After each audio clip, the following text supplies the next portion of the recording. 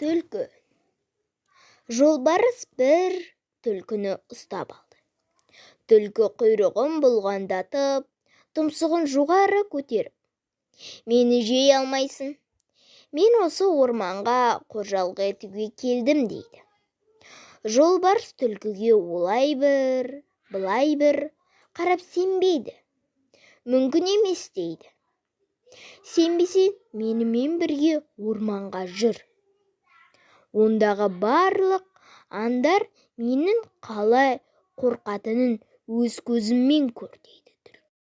Жолбарыс бұған келіседі. Түлкі жолбарыстың алдына түсіп, паңдана жүріп отырады.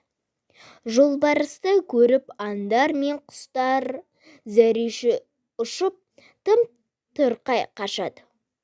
Ұялары мен індеріне тығылады.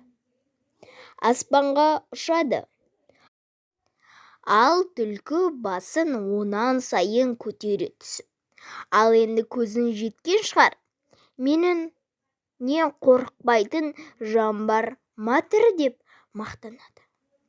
«Иә, сен шынында да айбарлы екенсің» дейді жолбарыс.